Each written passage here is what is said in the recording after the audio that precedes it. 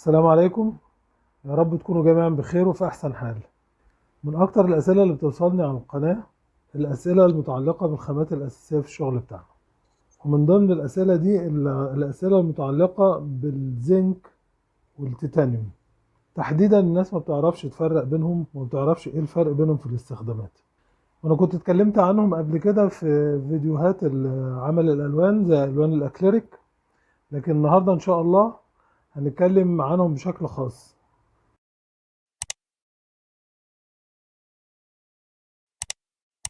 احنا دلوقتي معانا الزنك والتانيوم. طبعا هي المشكلة ان الاتنين لونهم ابيض فالناس ما بتعرفش تفرق بينهم.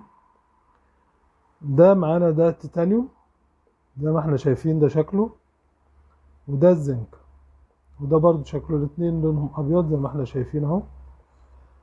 بالنسبة لعمل الالوان اللي احنا بنستخدم الزنك والتيتانيوم خاصة في عمل اللون الابيض، لكن الزنك بيدي شفافية في اللون بعكس التيتانيوم.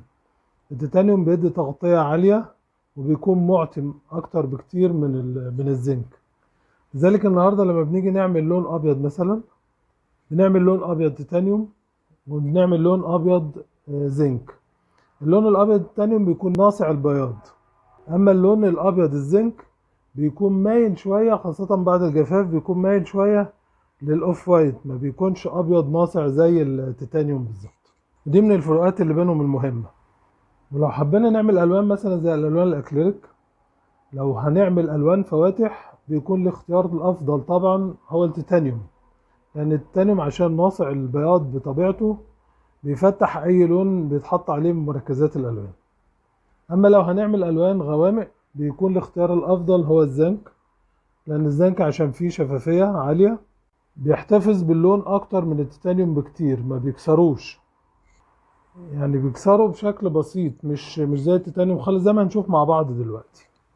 دلوقتي احنا عندنا ابيض تيتانيوم وعندنا ابيض زنك. هنلون بالاتنين على خلفية غامقة عشان يبان درجة الشفافية بتاعة الزنك والفرق بينه وبين التيتانيوم والتغطية بتاعته.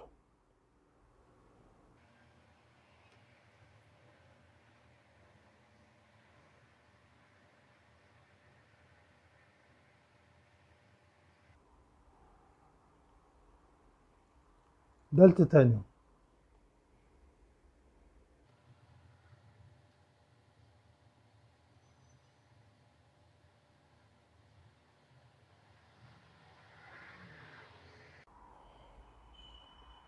وده الزنك زي ما احنا شايفين. ده الفرق بين الاتنين. التيتانيوم التغطية بتاعته عالية زي ما احنا شايفين ومعتم. الزنك التغطية بتاعته مش عالية خالص وفيه شفافية وباين من تحت اللون الغامق، ومحتاج طبعا يتلون فوقيه تاني عشان يبدأ يعمل تغطية على اللون اللي تحتيه. ومن الفروقات المهمة برضو بين الاتنين ان التانيوم بيدي ملمس كريمي اكتر من الزنك. ودلوقتي هنخلط التيتانيوم والزنك مع لون غامق عشان نشوف تأثير كل لون منهم على اللون الغامق اللي هيتلون معاه.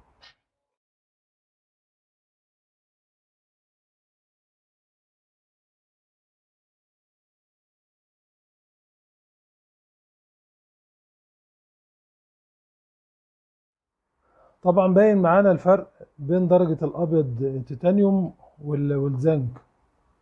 التيتانيوم الابيض بتاعه ناصع، الزنك مايل شوية للاوف وايت.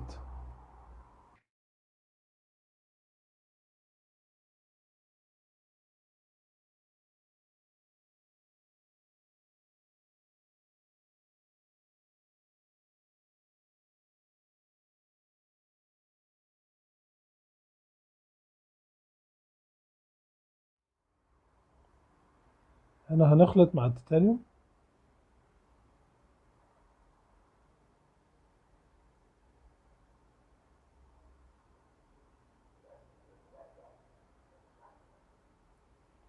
زي ما احنا شايفين التيتانيوم كسر اللون الازرق خالص، ادانا لون ازرق فاتح اللي هو احنا بنقول عليه اللون اللبني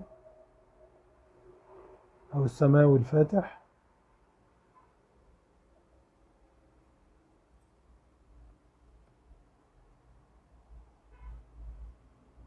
وهنا بنخلط نفس اللون مع الزنك.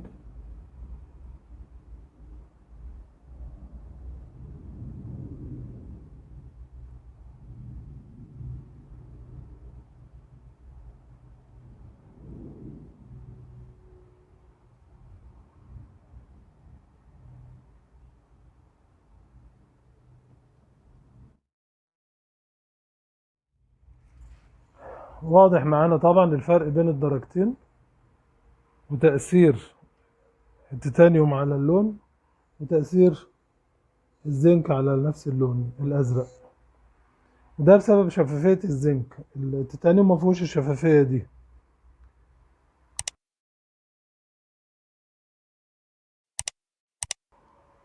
يبقى دلوقتي عرفنا ان في 3 فروقات مهمة بين التيتانيوم والزنك. اول حاجة ان التيتانيوم معتم والتغطية بتاعته عالية، بعكس الزنك اللي الشفافية بتاعته طبعا عالية وما بيكونش التغطية بتاعته زي التيتانيوم خالص. تاني حاجة ان التيتانيوم ناصع البياض، بعكس الزنك اللي درجة البياض بتاعته اقل وبيميل شوية لدرجة الاوف وايت زي ما قلنا.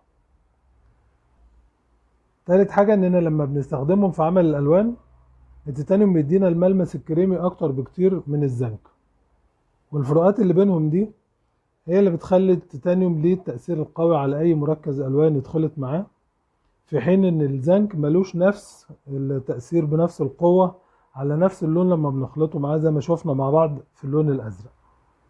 في النهاية المعلومة المهمة بالنسبة لنا مش هي بالاساس الفروقات اللي بين الزنك والتيتانيوم، انما المعلومة المهمة بالنسبة لنا هي امتى نستخدم التيتانيوم وامتى نستخدم الزنك. لان برغم ان جودة التيتانيوم في تصنيع الالوان افضل بكتير من جودة الزنك، الا ان حتى شركات تصنيع الالوان بتستخدم التيتانيوم والزنك في تصنيع الالوان بتاعتها، لان ده ليه استخدام وده ليه استخدام. حتى في الرسم، في مجال الرسم ينزل الالوان الابيض اللون ابيض تيتانيوم ولون ابيض زنك، والرسامين طبعا عارفين بيستخدموهم ازاي وايه الفرق في استخدام كل لون منهم وبيستخدموا امتى في اللوحة بتاعته.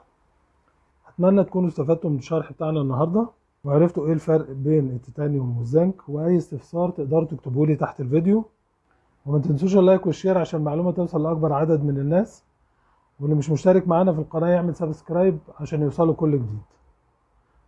نتقابل في شرح جديد ان شاء الله، في امان الله.